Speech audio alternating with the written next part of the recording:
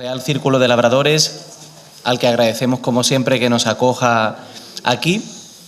Y en este miércoles de Pascua, de Resurrección, vamos a tratar de un asunto que, bueno, podía haber estado programado previo a la Semana Santa, pero que todavía nos sirve porque la tenemos muy cercana. Es una conferencia que lleva por título ¿Por qué procesionamos en Semana Santa? Volvamos a la Edad Media. Y para ella tenemos con nosotros a la catedrática de Historia Medieval de la Universidad Pablo de Olavide, doña Silvia María Pérez González, de la que a continuación voy a hacerles una pequeña semblanza. Como he comentado, ella es catedrática de universidad en el área de Historia Medieval del Departamento de Geografía, Historia y Filosofía de la Universidad Pablo de Olavide de Sevilla. Nacida en el puerto de Santa María, licenciada en Geografía e Historia, con la especialidad en Historia Antigua y Medieval por la Universidad de Sevilla y doctora en Historia por la Universidad Pablo de Olavide en el año 2001 con una tesis doctoral titulada Iglesia y Sociedad en Sevilla en la Baja Edad Media, calificada con sobresaliente cum laude por unanimidad y dirigida por el catedrático de Historia Medieval, que tenemos además la suerte de tener esta tarde con nosotros, don José Sánchez Herrero, con la codirección también de José María Miura Andrades. Bien, la doctora Pérez González ha realizado estancias de investigación en el University College London, la Universidad de Sheffield y la Torre do Tombo de Lisboa. Ha trabajado en archivos históricos en Oporto, el Archivo Capitular de Sevilla y la Biblioteca Capitular y Colombina. Sus líneas de investigación principales son las de la historia de la Iglesia, la religiosidad popular, la historia de las mujeres y la cultura en la Baja Edad Media. Lógicamente, sobre ello versan sus trabajos, que se dividen en una gran cantidad de artículos, capítulos de libros y libros en solitario y en colaboración, sobre la participación de las mujeres en las cofradías, la economía urbana de los hospitales medievales o el papel de los conventos femeninos franciscanos en el Reino de Sevilla. Solamente por destacar algunas de las más recientes, pues tiene clausuras franciscanas y dinámicas urbanas en el Reino de Sevilla a finales de la Edad Media, el control eclesiástico y el carácter religioso de la asistencia hospitalaria en la Sevilla de finales de la Edad Media y las bases económicas urbanas de los hospitales de Sevilla a finales de la Edad Media. A estos trabajos se unen también los propios de la tutela académica, es decir, la dirección de tesis doctorales y trabajos de investigación en la Universidad Pablo de Olavide.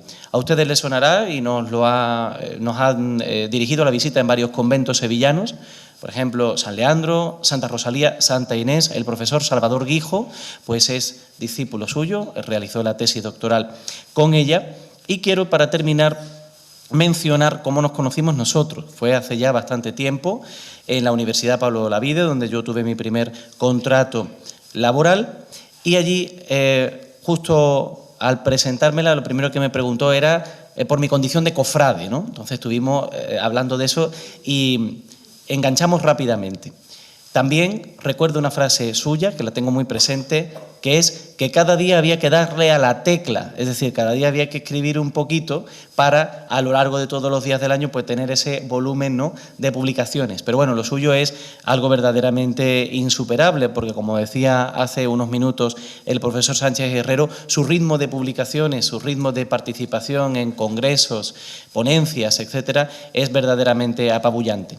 Así que hoy asistimos a un debut, estamos muy contentos de que hayas venido con nosotros y esperamos disfrutar mucho con tu presencia. Ella ha hecho un resumen de lo que va a hablar y espero que ustedes lo tengan, se ha repartido en la sala y si no, cuando ella termine, tenemos ahí, si alguno no lo tiene, algún ejemplar más.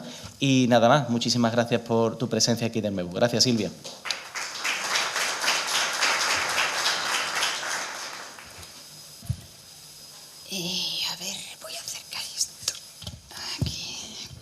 Pues muy buenas tardes. Mis primeras palabras necesariamente tienen que ser de agradecimiento. Agradecimiento a todos ustedes por permitirme estar hoy aquí. Para mí es un honor y por supuesto, agradecimiento a Álvaro Cabezas, que es la persona que me invitó a estar aquí hoy con ustedes, y es verdad, nos conocimos hace ya unos años.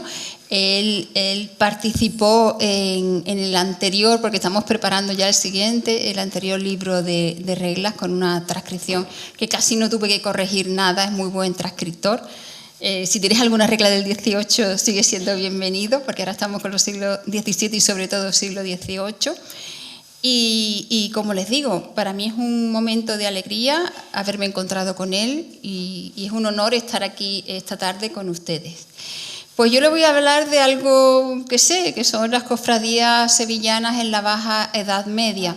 Dirán ustedes, ¿y qué es la Baja Edad Media? Pues básicamente en lo que es el Reino de Sevilla, las actuales provincias de Huelva, Sevilla y Cádiz, pues podemos decir que cuando empieza a funcionar, pues es en el siglo XV, porque el siglo XIV es un siglo nefasto para el Reino de Sevilla.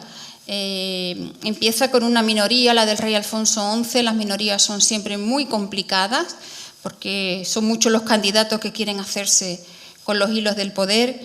Después, durante esa minoría y durante ya la época adulta del rey Alfonso XI, se producen los ataques de los benimerines. Hay una nueva invasión musulmana que no se recuerda mucho porque no dejaron monumentos como los almohades, pero destruyó la campiña de Sevilla, destruyó la campiña de Jerez, La Rota, Puerto Real, todo eso quedó arrasado por los benimerines. Después vino la guerra civil entre Pedro I y Enrique II. Una guerra civil destroza un reino que ya venía destrozado por los sucesos anteriores, y no es hasta finales del siglo XIV y el siglo XV cuando la sociedad que estaba asentada en este reino empieza realmente a funcionar como tal. Y cuando empieza a funcionar como tal es cuando nos deja documentación, que es cuando las podemos estudiar. Entonces, yo básicamente estudio el siglo XV y el siglo XVI. ¿Por qué? Porque a nivel de religiosidad no se produce un verdadero cambio hasta el Concilio de Trento. El Concilio de Trento termina su última sesión en 1563, pero en el Arzobispado de Sevilla no se implanta hasta 1604, cuando el arzobispo Oriño de Guevara reunió un sínodo precisamente para poner en práctica los postulados tridentinos. Con lo cual, hasta ese momento, la religiosidad sigue siendo prácticamente la misma. Por eso yo el siglo XVI lo considero bajo medieval. Pues vamos a empezar hablando, o mejor dicho, definiendo qué es una cofradía. Pues miren ustedes, una cofradía es una asociación de laicos, aunque hay cofradías de clérigos, pero casi todas ellas son asociaciones de laicos, constituidas por ellos, integradas por ellos, y este carácter de sus miembros es lo que determina también la idiosincrasia de las cofradías. Fue a finales del siglo XIV, y lo subrayo porque en Sevilla ha habido una polémica esta Cuaresma una vez más, la misma polémica de siempre. Los de fuera lo vemos como algo agotador, pero aquí gusta bastante. Yo a Sevilla muchas veces le digo la nueva Constantinopla, que era donde en la Edad Media había las grandes discusiones, muchas veces sin una razón de ser. Pues es a finales del siglo XIV, durante el siglo XV y durante el siglo XVI, cuando se produce la eclosión de cofradías en el Reino de Sevilla. ¿Por qué? Porque en esos momentos había un mismo sentir religioso, y esto es muy importante para la religiosidad popular, que las sociedades vayan de forma bien sintonizada en lo que se refiere a creencias y devociones. Las cofradías que surgen en esta época tuvieron un enorme calado en la sociedad, por lo que vamos a ver a lo largo de la conferencia, mucho más que ahora, aunque ahora son muy protagonistas, pero no tienen tanto calado en la sociedad. Y fue esta situación, el hecho de estar controladas por laicos, el hecho de ser muy importantes para la sociedad, lo que les permitió, en muchos casos, permanecer al margen de las directrices de la jerarquía eclesiástica en cuanto a cuestiones de culto y de doctrina. Porque al fin y al cabo los cofrades y las cofradas lo que buscaban era una relación más directa, más rentable con Dios, sin tener intermediarios. Les tengo que decir que estudiar las cofradías en los siglos XV y XVI pues no es una tarea sencilla, porque la mayoría, o por no decir todas estas instituciones, no han conservado sus documentos. Los documentos que recogían la vida interna de las cofradías, que se guardaban, lo sabemos por las reglas, que se guardaban en un arca, acabaron siendo tirados con ese arca.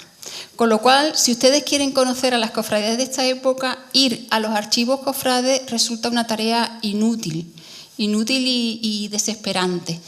Pero no todo está perdido, porque tenemos otros archivos donde sí hay información sobre cofradías, aunque son archivos de carácter civil. Yo básicamente trabajo dos tipos de documentación: los protocolos notariales.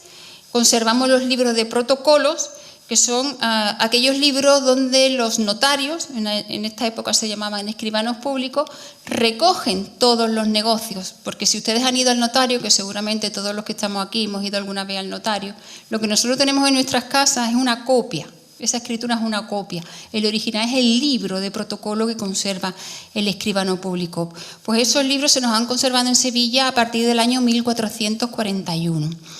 Y también podemos ir al archivo del arzobispado. Allí básicamente lo que vamos a encontrar son reglas y estatutos de cofradías, pero muy pocas, porque las cofradías bajomedievales están empezando, todo es muy espontáneo.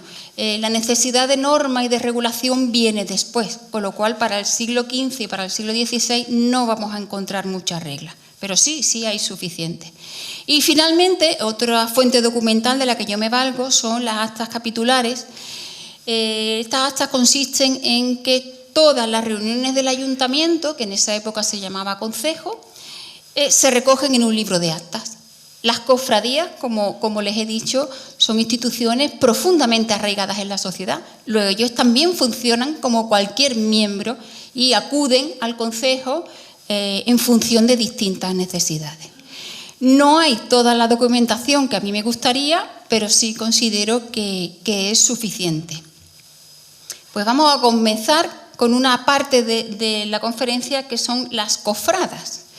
Miren ustedes, ¿por qué me decidí yo a estudiar a las cofradas? Porque la participación femenina en las cofradías ha sido puesta en entredicho en numerosas ocasiones para justificar prejuicios actuales en base a ideas pretéritas. ¿Qué quiero decir con esto? Si ustedes recuerdan, en la década pasada hubo problemas con algunas cofradías. Espero que ustedes entiendan lo que yo les estoy explicando, no vayan a apedrearme cuando termine. Hubo cofradías que no querían admitir en sus cortejos a mujeres. Y uno de los argumentos que esgrimían es que las mujeres nunca estuvieron en las cofradías. Y yo cuando escuché eso dije, eso no es cierto, me tengo que poner a estudiarlas. Ya había empezado a estudiarlas en la tesis, pero no con la profundidad que lo he hecho a raíz de eso, porque a mí cuando me retan, yo pongo toda la carne en el asador y me entrego a la causa. Pues es el objetivo con el que hice varios trabajos que llevan por protagonista las cofradas. Y les traigo aquí la entrada del diccionario de la lengua española, porque cuando di por primera vez esta conferencia, me acusaron de haberle dado, en las redes sociales me acusaron de haberle dado una patada al diccionario. Yo no tengo redes sociales, soy una antigua en ese aspecto, pero mis alumnos me lo contaron. Silvia, mira lo que han dicho. Yo, ¡ay, por Dios! Entonces yo cuando hablo de cofradas siempre les traigo aquí la entrada de la RAE, porque es un término perfectamente aceptado, incluso antes de que yo empezara a estudiar el tema de las cofradas. Miren ustedes, existen dos formas de participación de las mujeres en las cofradías bajomedievales. Una es la directa, que tiene dos opciones. Una mujer deseaba formar parte de una cofradía determinada por razones muy variadas, porque sentía devoción por la Virgen, el Cristo o el santo titular, o porque era la cofradía de su barrio. Los seres humanos nos movemos prácticamente por los mismos motivos, porque no han pasado tantos millones de años para que evolucionemos. O porque era conocedora de una cofradía que cumplía muy bien con sus tareas benéfico-asistenciales. Y lo único que tenía que hacer era presentar su solicitud. También había mujeres que se convertían en cofradas por casarse con un cofrade. Entonces ya automáticamente pasaba a ser cofrada. También hay una participación indirecta, en tanto en cuanto que las cofradas las cofradas y las no cofradas se beneficiaban de las actividades benéfico-asistenciales que desarrollaban las cofradías. Por ejemplo, las honras fúnebres. En esta época, el entierro y los oficios de difunto preocupaban mucho a las personas. No existía, yo soy muy antigua, no existía el ocaso, ya las otras aseguradoras que se ocupan de nosotros cuando ya nuestra alma no está aquí. En el caso de las cofradías se beneficiaban de estas honras fúnebres el cofrade y la cofrada que lo era por deseo propio, sino también las mujeres de la familia, las suegras, las madres, las hijas, las hermanas y las criadas, porque en esta época el concepto de familia es amplio y los criados y las criadas, su nombre viene de criar, habían sido criados en las casas y formaban parte de la familia. Entonces, cuando una mujer quería formar parte de una hermandad, presentaba una solicitud y conocemos, gracias a las reglas, los requisitos que se le exigían para poder ingresar. Se quería que las cofradas fuesen mujeres honradas, de buena vida, de buena fama, que actuasen de acuerdo con los evangelios, y estaban excluidas las negras, las mulatas, las moriscas. ¿Por qué? Porque estamos en el año 92 se expulsa a los judíos y estamos con todo el problema de los conversos, la idea de la limpieza de sangre. Y esto es que es una manda general para toda la sociedad, también llega a las cofradías y las cofradías las incorporan en sus reglas.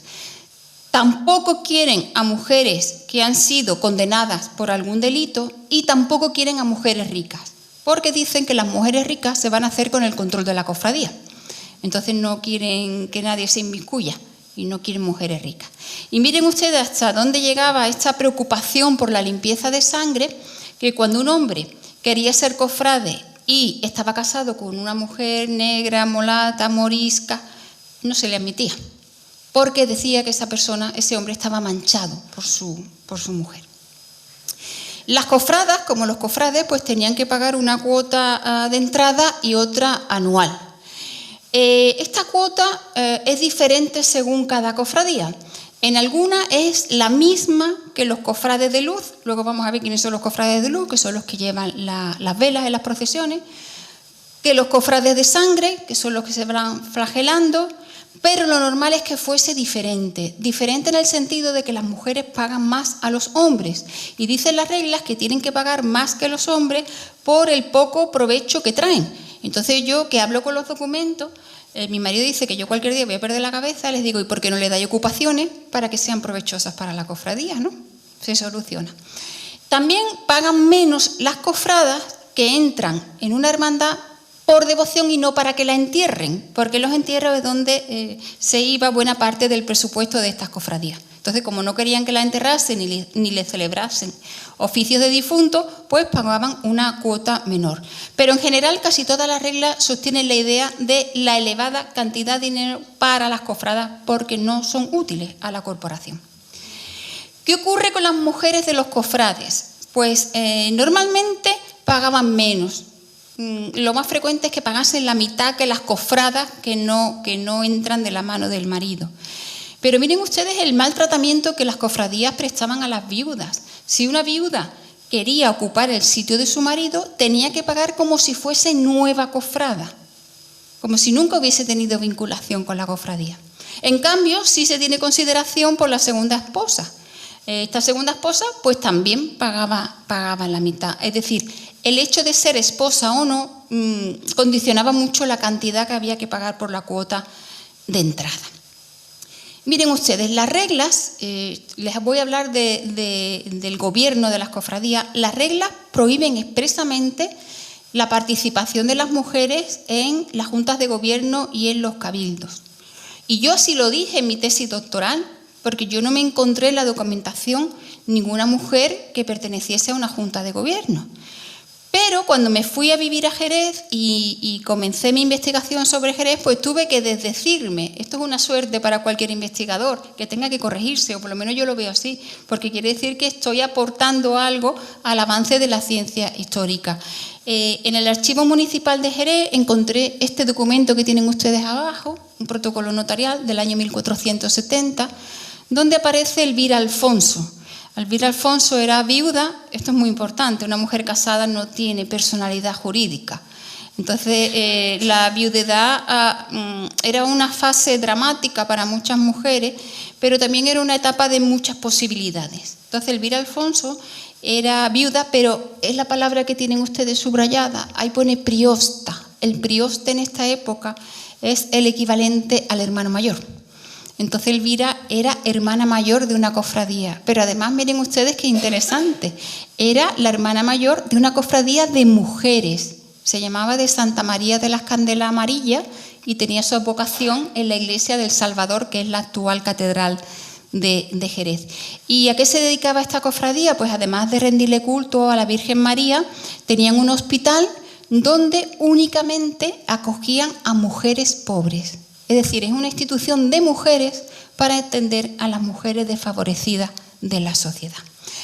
Y volví a corregirme cuando tuve la oportunidad de dirigir un trabajo fin de máster sobre cofradías del siglo XVI en Camas, porque en ese libro de reglas que tienen ustedes ahí aparece el listado de asistentes al cabildo donde se aprueba la regla. En esa misma regla se dice que las mujeres no pueden asistir a los cabildos, pero tienen ustedes subrayado, en último lugar, a una señora que se llama Catalina Guzmán. Es la regla de la Hermandad de San Sebastián. Catalina de Guzmán, aunque la regla decía que no podía estar en los cabildos, estaba en el cabildo donde se aprobó la regla. ¿Por qué? Porque la teoría va por un lado y la vida, la realidad, pues va siempre por otro. ¿Qué sucede con los cultos? ¿No? Y aquí entramos en la piedra de toque que a mí me hizo investigar sobre las cofradas. Pues miren ustedes, las reglas, las cofradías no establecen prohibiciones a que sus cofradas asistan a las misas del mes, a las honras fúnebres, a las procesiones, incluso a la procesión de disciplina. Las mujeres asistían a la procesión de disciplina tanto como cofrades de luz como cofrades de sangre, es decir, iban flagelándose. No es que las reglas me digan que las cofradas vayan flagelándose, sino que las reglas, de forma reiterada, prohíben que las mujeres asistan a la procesión de disciplina flagelándose. Cuando algo se prohíbe es porque está sucediendo, y cuando se prohíbe de forma reiterada es porque no se está poniendo fin a lo que se intenta corregir. Luego las mujeres estaban en la procesión de disciplina. Esto va dedicado a aquellas cofradías que decían que las mujeres nunca habían estado en las cofradías ni en las procesiones. Pero a partir de la segunda mitad del siglo XVI, ya con el Concilio de Trento celebrado, estas prohibiciones van a ser mucho más tajantes. Y se va a obligar a las mujeres a estar en la procesión, a participar de ella, pero con la cara descubierta para identificarla y portando velas en las manos. Y hay una hermandad, la del Cristo del Buen Fin, que no quiere que las mujeres vayan disciplinándose, pero sí establece que tanto cofrades como cofradas deben llevar el mismo hábito. Aquí no hay diferenciación, van todos iguales. Pues miren ustedes, esto va a terminar en el caso del Arzobispado de Sevilla a partir de 1604, que es cuando se celebra ese sínodo del arzobispo Niño de Guevara del que yo les he hablado. A partir de ese momento las prohibiciones se van a endurecer, no solo no se les va a permitir participar en las procesiones, sino se les va a prohibir formar parte de las hermandades. Y desde ese momento pues las mujeres van a ir desapareciendo de las cofradías y van a ir ocupando un segundo lugar al que la relegaron, del que todavía muchas luchan por salir. Yo cuando doy conferencias sobre este tema en cofradías termino con una foto de su junta de gobierno y siempre les pregunto, ¿dónde está aquí la paridad? No hay paridad en la junta de gobierno y las mujeres que hay están en puestos con características femeninas, vamos a usar ese término, la secretaría, la caridad, la formación, pero las mujeres también tienen que estar en los puestos de cabeza, no porque seamos mejores o peores, sino porque podemos aportar nuevas visiones, formas de ver el mundo diferente o de ver las cosas diferentes. Porque yo no soy de estas feministas radicales, ni mucho menos. Yo creo que hombres y mujeres nos complementamos perfectamente, pero hay que dar la oportunidad para que haya ese complemento. Pues nada, esperemos que los tiempos vayan cambiando y que estas fotografías de predominio masculino se vayan equilibrando, ¿no? Si se está equilibrando en el resto de instituciones de la sociedad, ¿por qué no se equilibra en el mundo cofrade? Cuando luego a mí me ha llegado a decir un hermano mayor, no ahora que estamos en una época de boom cofrade, ¿no? Porque las cofradías también tienen sus momentos de crisis. En los años 2000 me decía, si no fuera por las hermanas, yo no podría poner la hermandad en la calle. Y habló de una hermandad muy prestigiosa y muy potente, no muy alejada de aquí.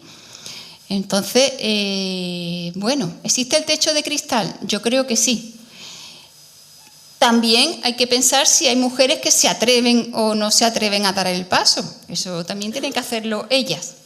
Pero al menos debe existir la posibilidad. Yo siempre digo que tiene que existir la posibilidad para demostrar si es válido o no, pero no como una mujer, sino como persona, porque todos al fin y al cabo somos personas. Esta segunda parte de la conferencia la he dedicado a la razón de ser de estas cofradías, porque procesionar no es lo importante en estas cofradías bajomedievales. Lo importante en estas cofradías bajomedievales son las actividades benéfico-asistenciales. Y fue sin duda el principal cauce a partir del cual las hermandades estuvieron muy presentes en la sociedad. Porque estas hermandades, quizás porque eran jóvenes y muchos acababan de fundarse, eran muy dinámicas, tenían muchas iniciativas y estuvieron muy atentas a las necesidades que la sociedad les demandaba. Por eso tuvieron tanto éxito, porque la gente se sentía respaldada y resguardada por las cofradías y la gente quería pertenecer a ellas, porque ahí encontraba un refugio y una respuesta a sus múltiples necesidades. Creo que hoy no encontramos tanto respuestas ni tanto apoyo. Eso no quiere decir que las hermandades de ahora no hagan caridad, que la hacen, pero yo siempre les digo, pero sois hermandad, en las casas de hermandad conviven los hermanos con las hermanas en paz, en armonía y en solidaridad. El silencio suele ser la respuesta.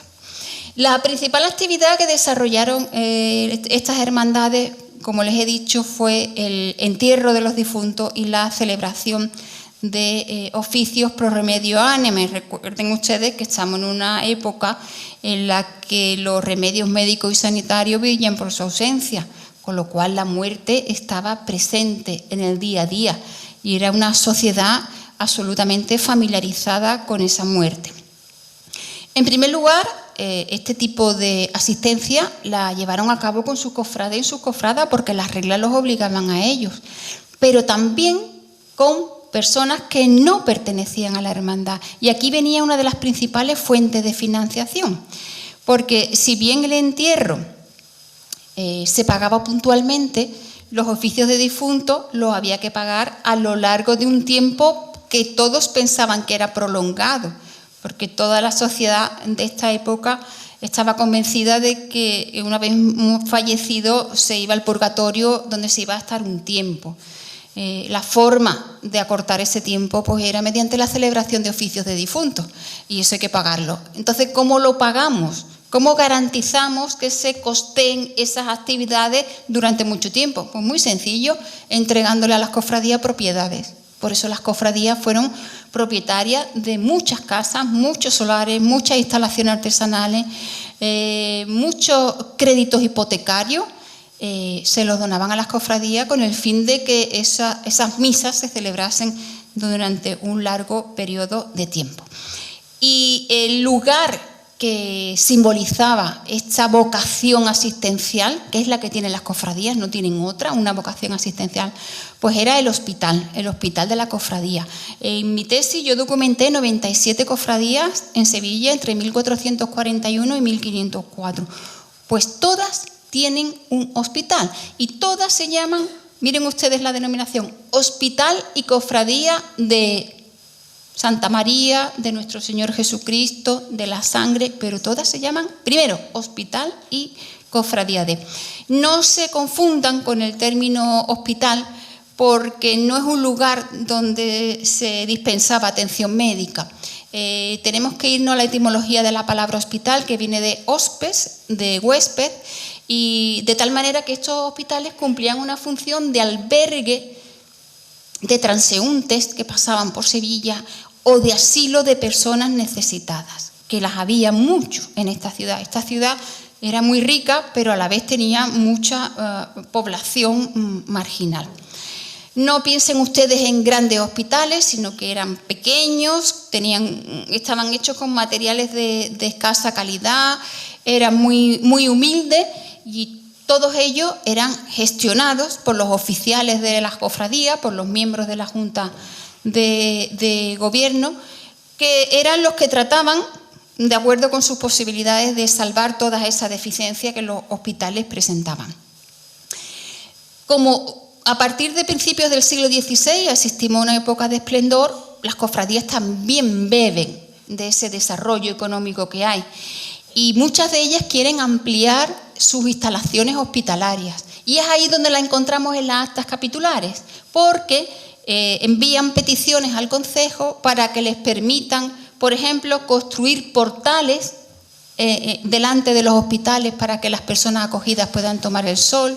Cuando quieren aumentar las habitaciones de las que disponen y solicitan, esto es el desorden urbanístico absoluto, solicitan la incorporación de pequeñas calles y de callejuelas que están anexas al hospital para convertirla en una cámara.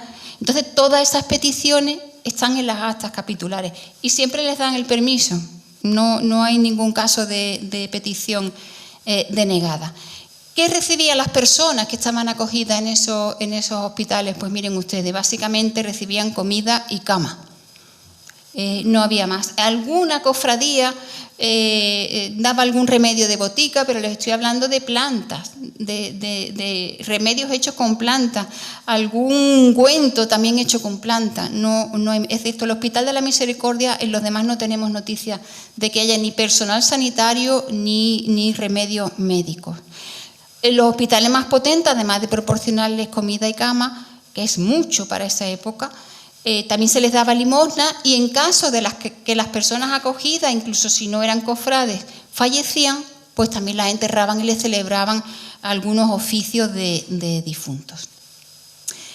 Todo esto se hacía a costa de la cofradía, tanto de los ingresos de los cofrades como de las donaciones que van a ir recibiendo. Van a llegar un momento en que tienen tanto patrimonio inmobiliario que las cofradías se convirtieron en Sevilla en agentes inmobiliarios de primer orden. Incluso en algunos años ellas llegaron a marcar el precio de los inmuebles, tanto en lo que se refiere a ventas como a alquileres, porque dominaban ese mercado. A veces esas personas que estaban acogidas, porque como digo, había personas pobres, pero también había transeúntes que enfermaban y se metían en uno de estos hospitales. Pues si tenían algún tipo de bien, por bien pueden entender ustedes perfectamente la ropa era un bien valioso, la ropa se heredaba. La ropa se reusaba. Ahora estamos acostumbrados a que vamos a cualquier comercio, compramos la ropa y a la semana que viene compramos más. Pero bueno, yo cuando era pequeña yo he usado alguna prenda de mis primas y mis prendas han pasado a miembros de mi familia. Pues sitúense ustedes en la Edad Media. Pues estas personas dejaban al hospital como heredero de su ropa, de algún dinero que tenían. Hay muchos casos de miembros de los ejércitos que embarcaban a América o a las distintas guerras y dejaban también todo su aparato militar, se lo dejaban al hospital. Pero la mayoría, como les digo, eran pobres, con lo cual por ahí no venía ninguna financiación. Pero sí encontramos en los testamentos de muchos miembros de la sociedad sevillana donaciones a los hospitales, como en forma de mobiliario. Hay mucha gente que se dice literalmente y dejo mi lecho de cama. El lecho de cama es toda la cama, el mueble y todo el ajuar de la cama se lo dejo a este hospital o al otro hospital. También les dejan ropa, dinero y, como les he dicho, propiedades inmobiliarias y activos financieros, porque esta es una sociedad en la que el préstamo estaba a la orden del día. Entonces había personas que habían prestado dinero a otra y esa deuda se la dejaban al hospital. A la larga, las cofradías también acabaron convirtiéndose en potentes agentes financieros.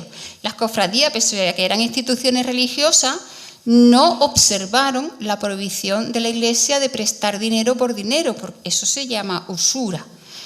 Pero los documentos, los contratos, tanto de créditos hipotecarios como de préstamos, se camuflan bajo muchas formas jurídicas de tal manera que no se sabe a cuánto asciende el interés, porque lo que se dice nada más es la cantidad total de vida. Pero miren ustedes, los créditos hipotecarios, decía, aquellos en los que se pone como aval una propiedad inmueble. Nosotros ahora pedimos una hipoteca y cuando terminamos de pagarla ya se ha cancelado. En esta época no. En esta época una cofradía, si quiere prestar dinero teniendo como aval un inmueble, obliga a la persona que recibe el préstamo a pagarlo para siempre jamás. Para siempre jamás significa para siempre jamás. Esa persona y todos sus descendientes y todas sus generaciones. Afortunadamente, para estas personas, las cofradías no tuvieron muy buenos administradores. Al cabo de 30 años ya se había olvidado quién tenía que pagar y quién no tenía que pagar. Pero miren ustedes lo redondo del negocio.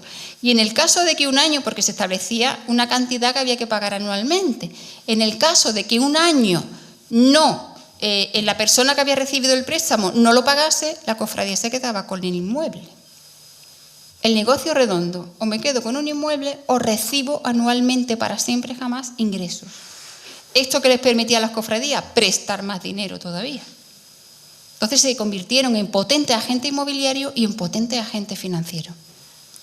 Y no procesionaban.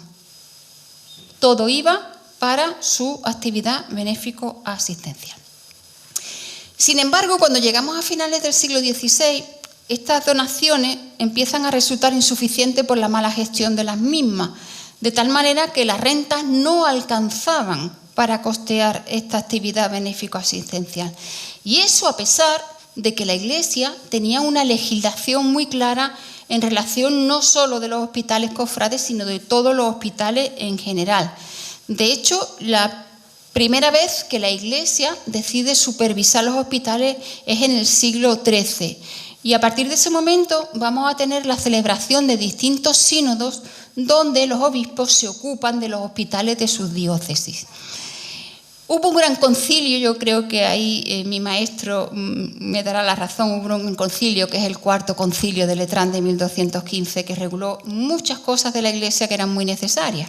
Pues este concilio ya estableció la obligación de los cristianos de entregar limosnas a los hospitales porque no tenían recursos suficientes. Y además se les dio, porque en algunas diócesis los obispos no intervenían, se les dio un poder explícito a los obispos para que se ocupasen de la buena administración de los hospitales. También este concilio prohibió que de las rentas de los hospitales se crease un beneficio.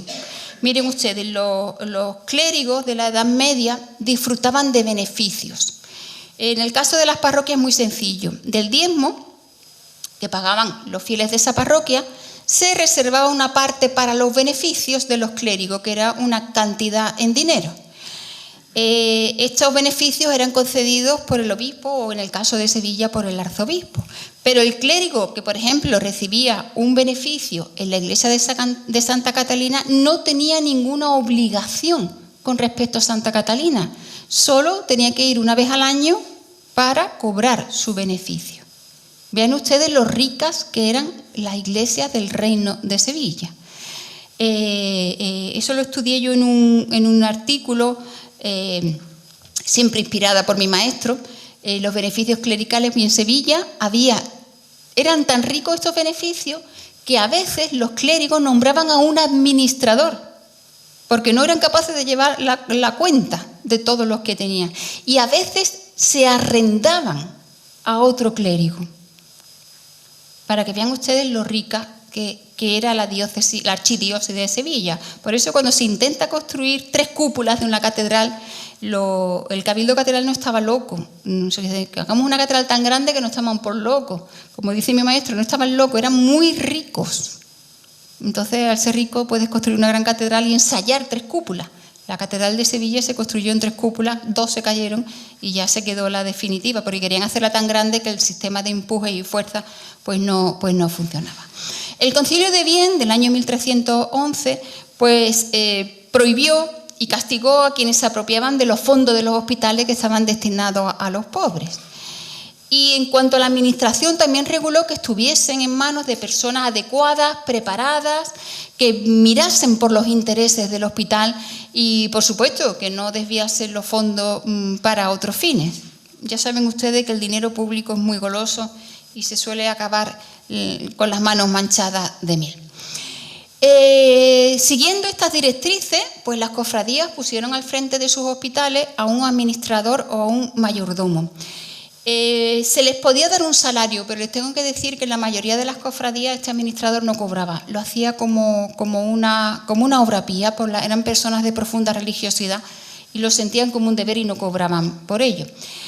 Evidentemente, la jerarquía eclesiástica tenía derecho para vigilar el funcionamiento de los hospitales, pero les tengo que decir que las visitas provenientes, en este caso, del arzobispado, pues no eran muy eficaces, con lo cual los hospitales cofrades fueron absolutamente autónomos en este sentido.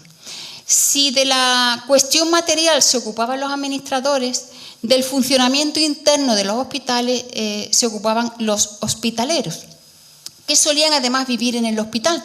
Allí tenían una pequeña vivienda y vivían con su familia a cambio de salir y ropa. Pues tengo que decirles que en la mayoría de los hospitales cofrades de la Sevilla bajo medieval, los hospitaleros eran hospitaleras.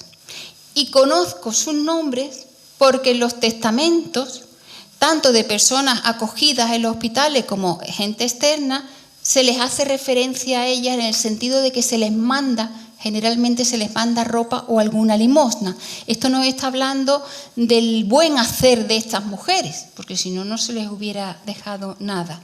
Entonces, todo parece indicar que el día a día de los hospitales cofrades estaban en manos de hospitaleras. Otro problema al que tuvieron que enfrentarse los hospitales de las cofradías era la pobreza espiritual, teniendo en cuenta además que muchas personas morían allí y había que atenderlas en este sentido.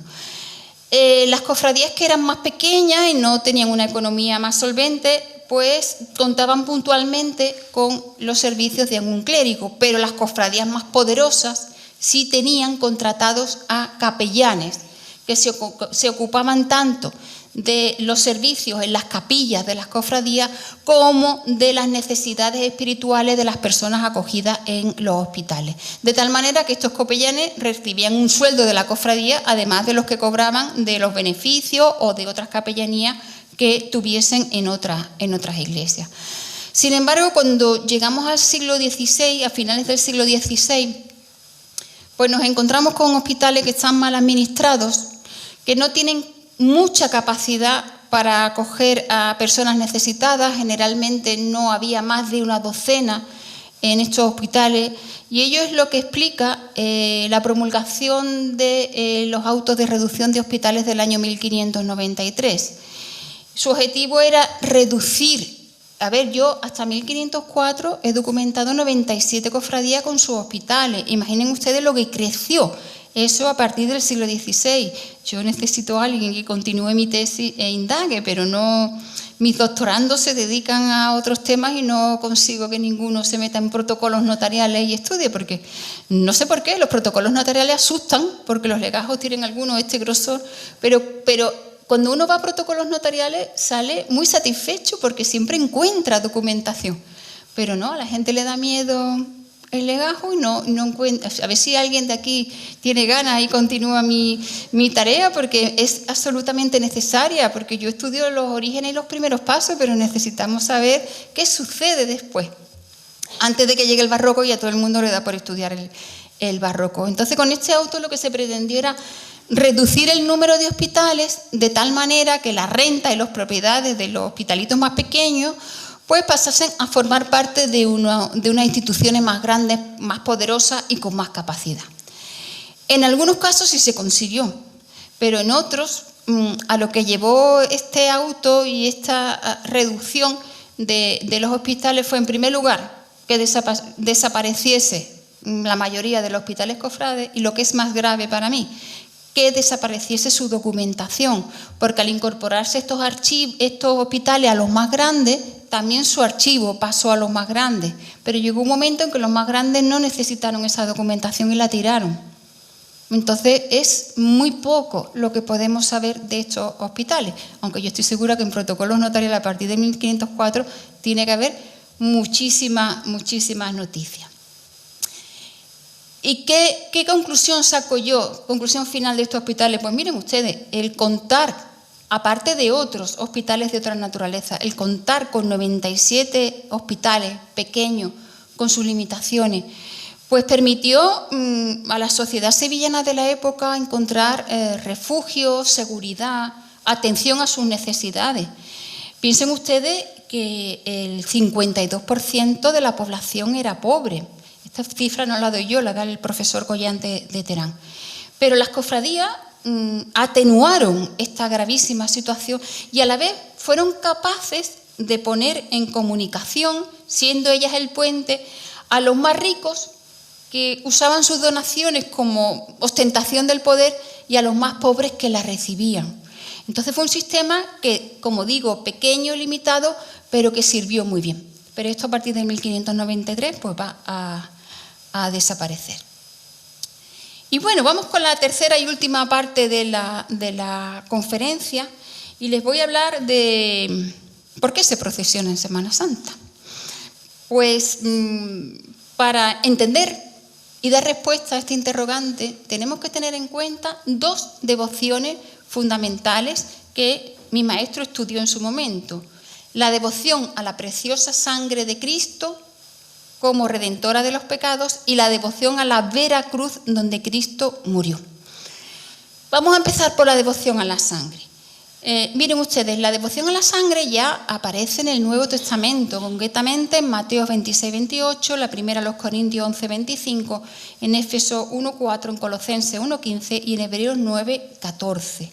Pero no es hasta el siglo VI que no encontramos una primera representación de Cristo en la cruz derramando sangre.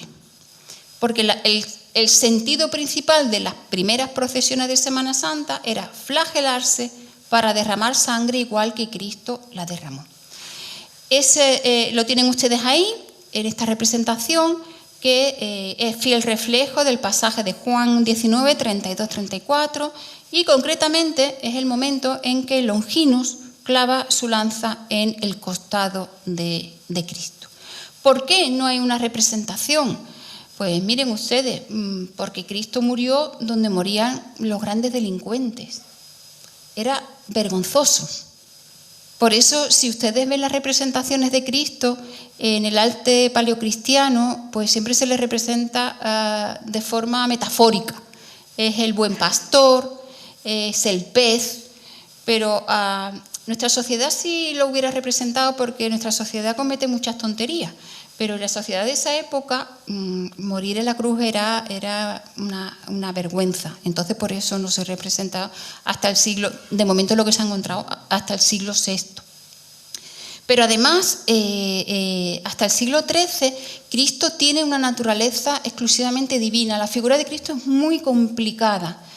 Es muy complicada porque el cristianismo se desarrolla en una sociedad romana donde los dioses son dioses y los hombres son hombres. Pero no hay un Dios que tenga a la vez una naturaleza humana y una naturaleza divina. Por eso las primeras herejías que surgen contra el cristianismo tienen como centro de su elaboración teológica a Cristo. Hay herejías como el monofisismo, que sostiene que Cristo solo tiene naturaleza divina. Hay otra herejía como el arrianismo, que sostiene que Cristo es una criatura excepcional, pero que no es Dios.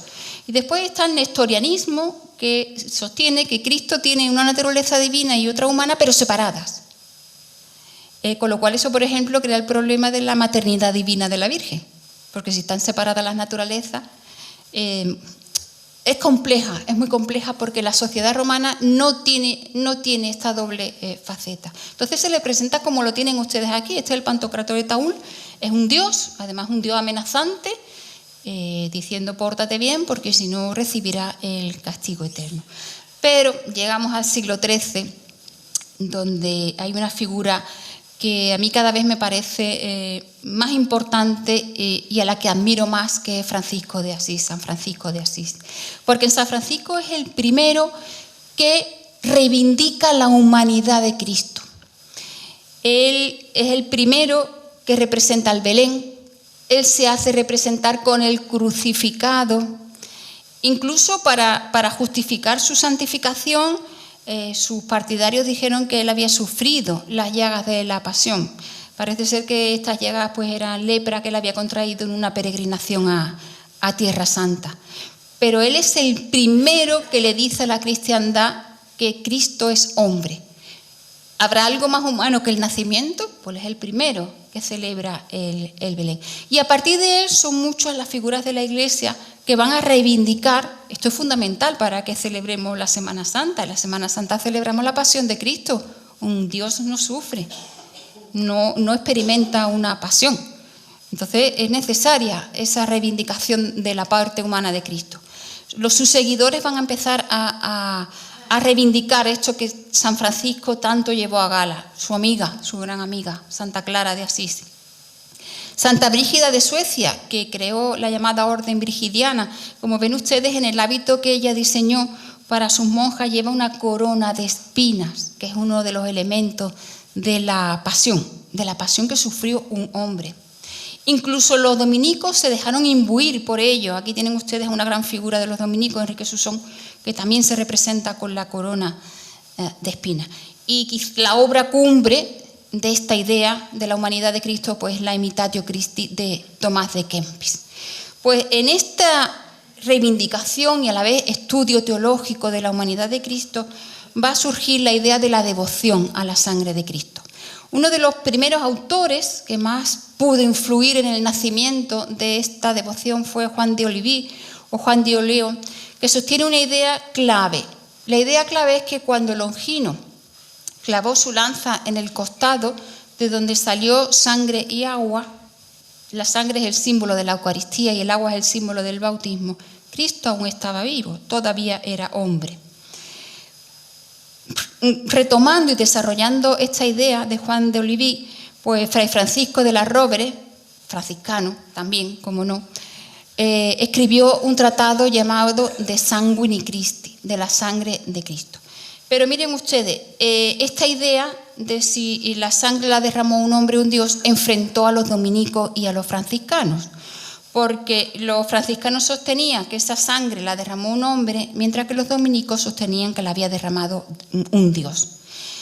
El enfrentamiento llegó a tal nivel, incluso hubo escenas de peleas físicas entre dominicos y franciscanos, que el Papa Pío II, que él había admitido anteriormente la veracidad de una ampolla de sangre que se conservaba en la Catedral de Mantua, pues en el año 1464 tuvo que promulgar una bula, la Inefamili Summa Providentia, por la cual prohibía cualquier tema, conversación, estudio sobre la sangre de Cristo. Pero miren ustedes cómo el círculo se cierra y la historia muchas veces se empapa de momentos providenciales.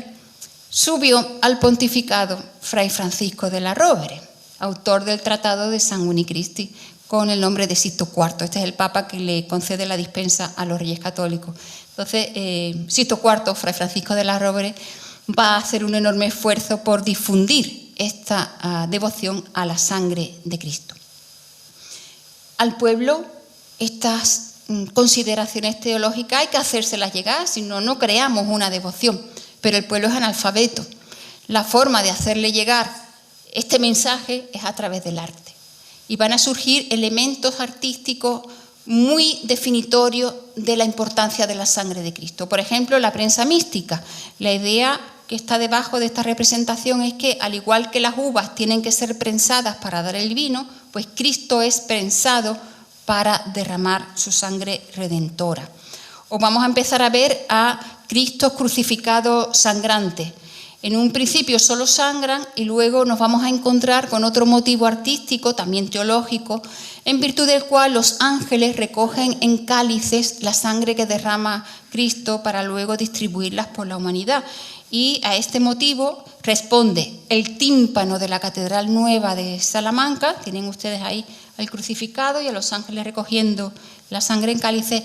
Y esa obra que a mí me parece maravillosa del gótico castellano, que es la capilla dorada de la Catedral Nueva de Salamanca. Otro motivo lo tienen ustedes ahí, la fuente de la vida.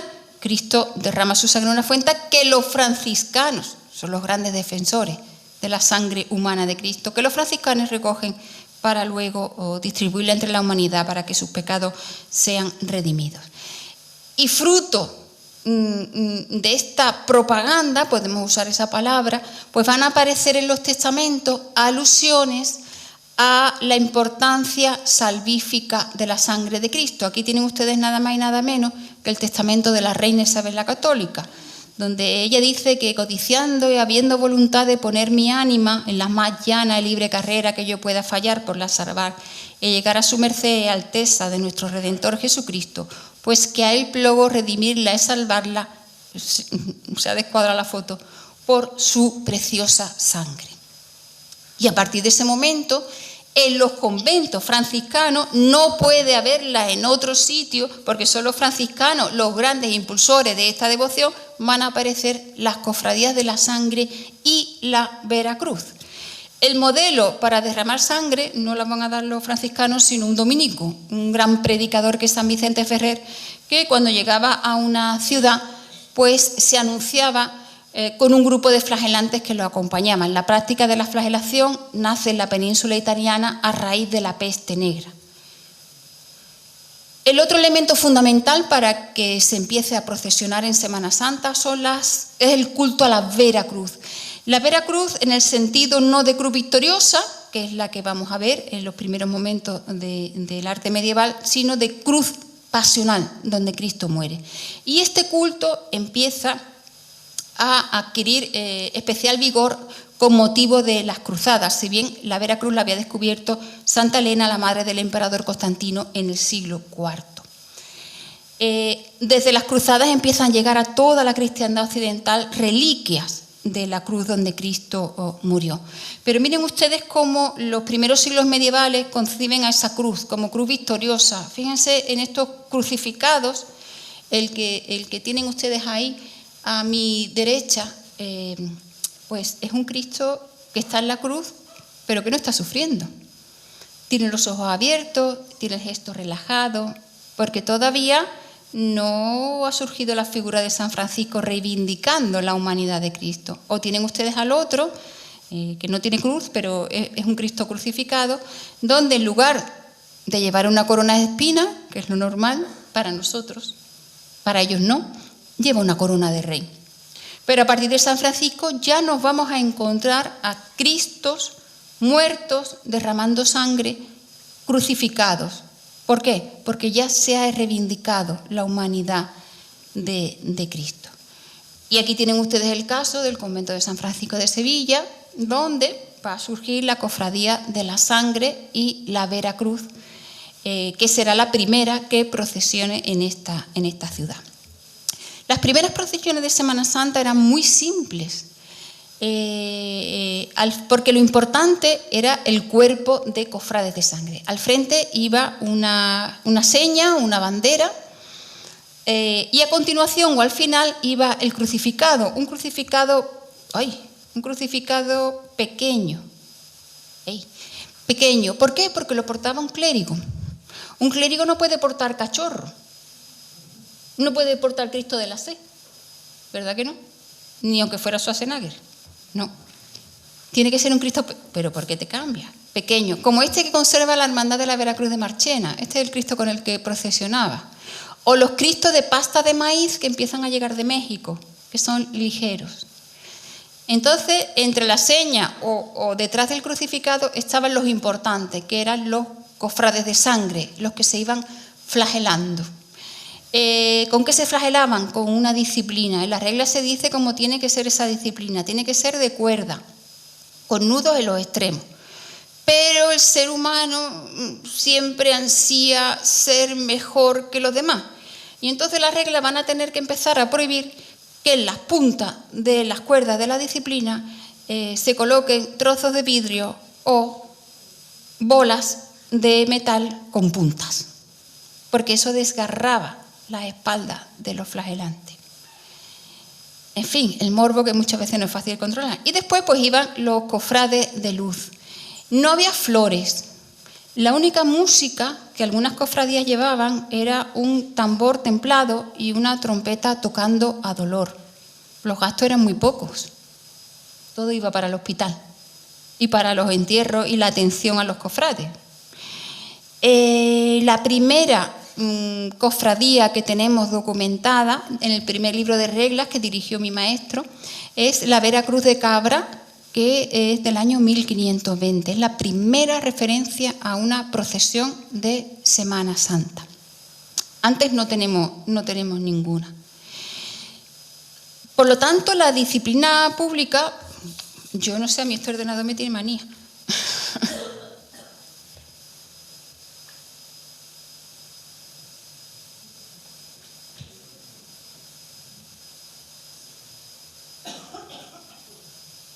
Ya. No, ya no.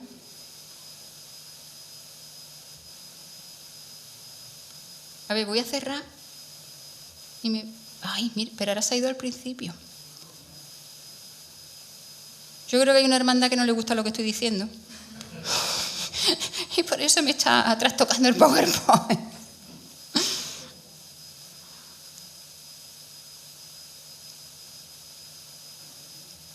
Ahí estamos. Como ven ustedes, la disciplina pública pues era el elemento fundamental dentro de las celebraciones de la Semana Santa, no solo de Sevilla, sino de la Semana Santa andaluza durante prácticamente la totalidad del siglo XVI. Todo lo que sucedía en esa procesión pues era una explosión de sensaciones que llegaba de una forma muy potente tanto a los sentidos de los participantes como a los sentidos de las personas que estaban asistiendo a la visualización de esa procesión. Pero esta práctica de la disciplina bebía directamente de la mentalidad medieval y fue en el 500 cuando encontró el espacio adecuado para su desarrollo. Y lo hizo de la mano de unas cofradías, las cofradías de la Veracruz y de la Sangre, que hacían al pueblo partícipe de una religiosidad con su procesión, pero una religiosidad, insisto, cuyos esquemas eran medievales. La contemplación de esa procesión de disciplina pues, provocaba en sus espectadores una fascinación que venía del uso del sufrimiento de los cofrades de sangre. Si vemos sus componentes culturales, sus componentes simbólicos, pues podemos entender cuál fue el contexto histórico que la generó y los fines que perseguía, que no era que otro que sentir el amor de Dios y conseguir también la paz y una fuerte cohesión social, porque todos eran partícipes de una misma religiosidad y de una misma creencia, de tal manera que las expresiones, los gestos que se veían en esa procesión de disciplina, pues buscaban alcanzar la salvación eterna. Era un acto de salvación. Todos los sentidos se activaban durante esta procesión. Si nos ponemos del lado de los espectadores, el oído con el sonido del tambor templado, de la trompeta tocando a dolor, el sonido de los latigazos de los cofrades de sangre contra sus espaldas, el llanto, porque en la regla se nos dice que los cofrades del dolor lloraban y también lloraban porque se sentían pecadores.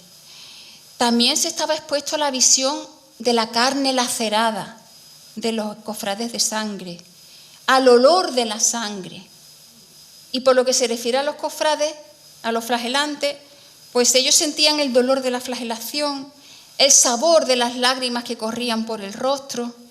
Luego, como pueden ver ustedes, los gestos, la experiencia espiritual, las emociones, pues se entrelazaban tanto en el plano espiritual como en el plano social. Y es que la conmoción que los cofrades de sangre creaban en la procesión de disciplina, pues ayudaba a los fieles a vivir el Vía Crucis de Cristo en tiempo real. Es decir, a través de los cofrades de sangre, el resto de los cristianos participaban en los sufrimientos de Cristo en ese largo y doloroso camino hacia el Gólgota, donde encontraría su muerte. De tal manera que la muerte conmemorada de Cristo y la muerte ritualizada por los flagelantes se imbricaban en una performatividad con claros fines salvíficos y destinados a la redención. Pero llegamos al siglo XVII, cuando el entramado urbano de Sevilla se transforma y las políticas culturales del concejo pues también influyeron en cómo las cofradías vivieron esta procesión de disciplina. Porque el barroco modificó claramente la dialéctica de teatralidad y de profunda interioridad que tenía la procesión de disciplina. No podemos estudiar, porque no nos ha quedado documentación, hasta qué punto las juntas de gobierno se inspiraron en las procesiones cívicas que organizaba el concejo para normalizar y ritualizar sus procesiones. Atraídos sin duda por la experiencia sensorial y sobre todo visual de estas procesiones del barroco, pues acabaron modificando la experiencia y el sentimiento de la procesión de disciplina. Ya la libertad, la espontaneidad que tenían los cofrades de sangre, pues acabó siendo moderada por una liturgia que controlaba en buena medida los impulsos de los cofrades de sangre y de sus espectadores. De esta forma, pues, se disipó el fervor que había hecho tan atractiva, tanto para los que la practicaban como para los que los observaban, de la flagelación voluntaria. De esta forma, la performatividad medieval pues, fue sustituida por otra barroca que obedecía a unos objetivos y a unos esquemas totalmente diferentes. Todo lo relativo a los participantes, a los cofrades, pasó en segundo lugar a favor de las imágenes y a favor de los elementos materiales presentes en esa procesión. De tal manera que la riqueza y la suntuosidad de las procesiones barrocas se impusieron a las emociones, a los sentimientos, al dolor de los cofrades de sangre y el sentir de sus espectadores, buscando todos la redención, la salvación y el perdón de Dios al más allá. Es decir, desde el siglo XVII la procesión de disciplina fue corrompiéndose, fue desvirtuándose, hasta terminar siendo prohibida por el señor que le da nombre a mi universidad, Pablo de Olavide. Con él terminaron las procesiones de disciplina. Pero miren ustedes cómo son las cofradías de importante y de poderosa, que Pablo de Olavide acabó siendo condenado por la Inquisición. Desde ese momento, la Semana Santa tiene otro sentido, muy diferente. Y esta es la reflexión final con la que yo termino. Creo que nos estamos alejando de los verdaderos motivos. Esta Semana Santa en Jerez, que es donde yo vivo, el martes santo tuvimos agua, se sabía que a las 9 de la noche iba a empezar a llover, pues una hermandad decidió, si conocen Jerez, estaba a la altura del convento de Santo Domingo, decidió no ir a la catedral, sino hacer lo que yo llamo el espectáculo de la calle Tornería. Entonces la hermandad entró por la calle larga y a la altura de la Alameda del Banco se salió para acceder a la calle Tornería, donde esa hermandad da el espectáculo. Y no fue a la catedral a hacer estación de penitencia, que se hubiera tenido que quedar allí, sí, pero las reglas obligan a las cofradías a hacer estación de penitencia, porque si no, no son instituciones religiosas, son instituciones con otros fines, más vinculados al espectáculo, el folclore o lo que ustedes quieren llamarlo. Pero entonces no nos llamemos cofradías. Y sobre todo, algo que yo siempre le digo a las hermandades, a las cofradías más bien, es que tienen que volver a ser hermandades.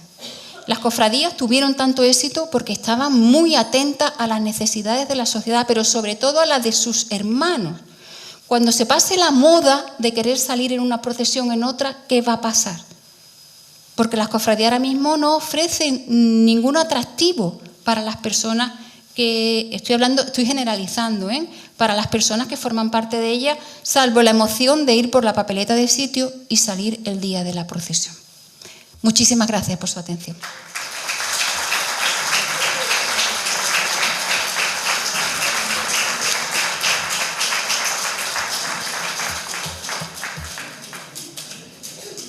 ¿Hay momento de preguntas?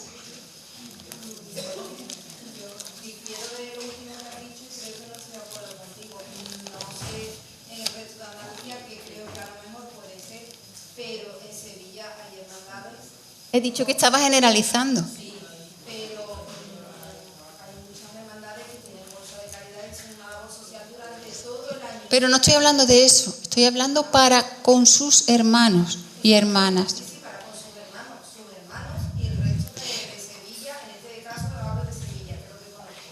Entonces creo que hay de todo, por supuesto hay mucha exhibición, se está perdiendo el norte, también estoy de acuerdo con usted, creo que sí, lleva muchísimo, pero esa puntualización quería hacerla porque creo que... Sí, yo soy consciente, pero... Y otra cosa que quiero puntualizar, que también la simplemente, gracias, simplemente con el hecho de ofrecer misa a la persona que es católica, sobre todo a las personas mayores, hacen una labor social increíble. Es increíble y hay que darle las gracias, la motivación que es simplemente salir de tu casa todos los días para ir a misa. Ese hecho es de agradecer porque sin duda es brutal y no lo sabemos apreciar hasta que ya no tenemos una edad o personas mayores en casa y lo vemos. Entonces, bueno, simplemente ya está. Por lo demás, muchísimas gracias. Me ha encantado toda la ponencia, he aprendido muchísimo y bueno, pues enhorabuena. Gracias. Ojalá tuviéramos, por ejemplo, en Jerez y en otras muchas ciudades cofradías como la que usted me habla. Bueno, pues aquí podían coger ejemplos, porque si pongo, por ejemplo, el Gran Poder, que lo conoce todo el mundo, y la labor es brutal, brutal. Y bueno, y muchísimas hermandades más, que se conoce el folclore, pero lo que hacen... precisamente el Gran Poder no es de folclore. No, exacto, por eso lo he puesto, pero hay otras que son de folclore, por ejemplo Triana, y Triana también, Esperanza de Triana, hace una labor brutal. Y para ir a las 3.000 viviendas, exacto, la Esperanza de Triana. Exacto, y el Buen Fin, con su centro que tiene, yo qué sé, hay tantas, pero que no nos quedemos solamente con... Y sí que es verdad que hay que coger ejemplos de lo bueno que se hace en todas las hermandades, en la que lo haga. Claro está, no si quieres salir a lucirte, pues estupendo, pero vamos a pensar en lo bueno que se hace y en lo que hay que hacer y no perder nota, que sí que es verdad que es importante. Siempre. Gracias. A usted.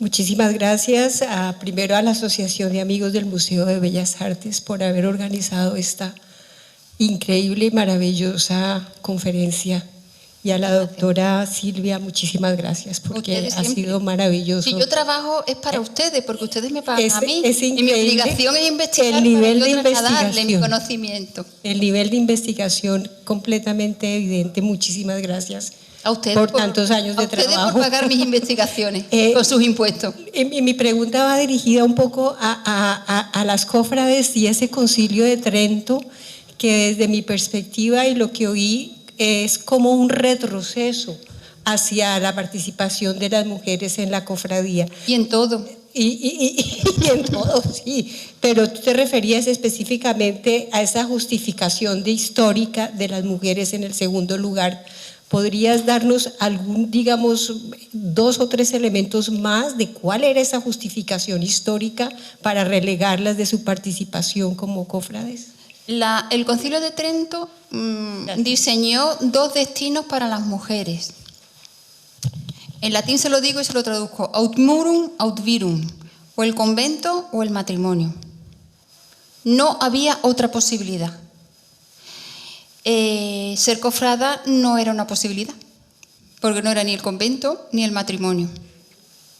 Entonces, a partir de ahí empiezan varios procesos, pero uno es la expulsión de las mujeres de las cofradías y otro la imposición de la clausura a los conventos, porque la clausura no se observaba.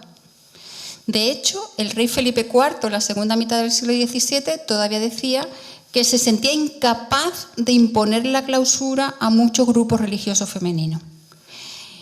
Pero al final se conseguirá. Y quienes lo conseguirán del todo son los ilustrados.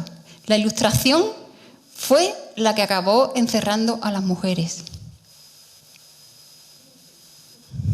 Porque la Ilustración era mucho avance, sí, pero para un sector de la población. Otro día, si quieren, yo les hablo de los procesos de enclaustramiento de los grupos femeninos.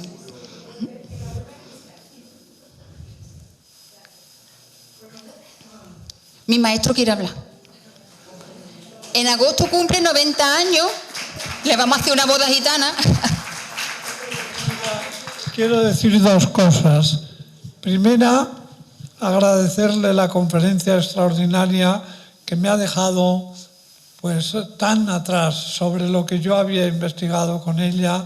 Ella ha desarrollado una investigación fabulosa que tengo que leerla y aprenderla detenidamente. Por yo eso, solo soy una nana subida a los hombros de un gigante. Silvia, porque es una trabajadora y una trabajadora honrada, que hay que mirar la documentación y dejarnos en paz de tantos cuentos y de tantos sueños que tenemos generalmente sobre estos puntos.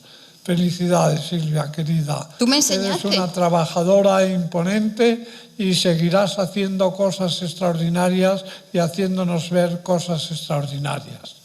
Y en segundo lugar, yo quería en esta tarde hacer una alusión al Papa Francisco, que acaba de fallecer. Por mis conocimientos que yo tengo, creo que es el Papa de los últimos tiempos que más ha hecho por la promoción de la mujer dentro de la Iglesia. Tanto es así que no hace un mes que ha nombrado lo que se llaman los ministerios del Vaticano, de allí llamados dicasterios, siempre han estado cada uno al frente un cardenal. Ahora hay una mujer que se tutea de tú a tú en el mando porque es la jefa de uno de estos ministerios. Esto, conociendo el clericalismo exagerado que ha vivido la Iglesia, son pasos que le han costado a Francisco, yo creo que la vida, pero han ido hacia adelante. Esperemos que se prosigan y tengamos en este momento un recuerdo para un hombre tan íntegro que ha luchado por la promoción de la mujer. Miren, y termino y para hacer la comparación, no sé si ustedes se acordarán cuando vino Benedicto XVI a inaugurar la iglesia de la Sagrada Familia de Barcelona. A mí aquello me dio fatiga porque los únicos que tomaron parte fueron los clérigos y los hombres. Solamente aparecieron unas monjitas que fueron a limpiar el altar.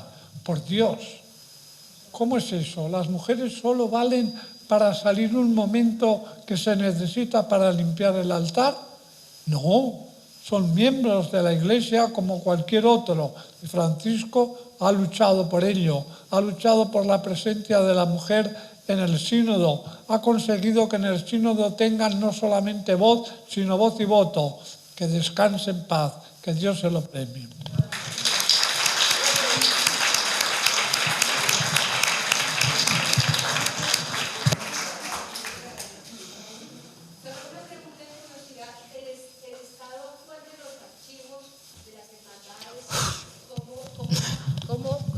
¿Cuál es la situación actual de los archivos de las hermandades? Porque ahí hay cosas increíbles. Hay desde bulas papales hasta... A ver, yo lo digo que no soy sevillana y puedo hablar objetivamente. El mejor archivo en cuanto a organización y acceso es el de la Veracruz. Allí puede entrar cualquier persona, el archivo está perfectamente organizado. Pero luego hay hermandades que lo tienen muy bien organizado porque tienen muy buenos archiveros, pero el acceso no es tan sencillo. Les pongo el caso de una hermandad. Mi maestro inició la publicación de reglas de hermandades, estamos elaborando el 3er tomo. Entonces, yo quería ver las reglas de una hermandad y llamé y hablé con el secretario y me dijo, es que eso tenemos que verlo en Junta de Gobierno. Y yo le dije, le recuerdo que la regla la encontró un hermano en la calle Feria, en el suelo. Y la compró y se la regaló a la hermandad. Tiene que verlo la Junta de Gobierno. Muy bien, pues nada, que lo vea la Junta de Gobierno cuando lo tenga bien. Ya está. No, yo no me peleo ya. Yo ya tengo 55 años, yo ya no me peleo. Busco en otro sitio y ya está. Mis colaboradores, porque el libro no lo hago yo, evidentemente. El libro tiene muchos colaboradores. Yo solo dirijo con lo poco que sé. Mis colaboradores encuentran otra regla. Yo ya no le rindo pleitesía a nadie.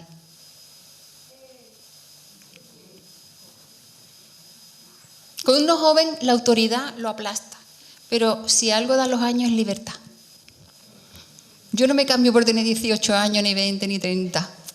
La libertad que tengo yo ahora no la cambio por nada.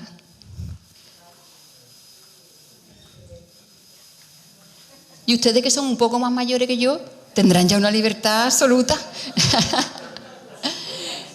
¿Usted quiere hacer una pregunta? Ah, vale, vale. Eso es. Pues muchas gracias por todas sus aportaciones, por mostrarme otra realidad que no se ve desde fuera. Porque aquí todos tenemos que aprender unos de otros. Nadie tiene la verdad absoluta. Gracias.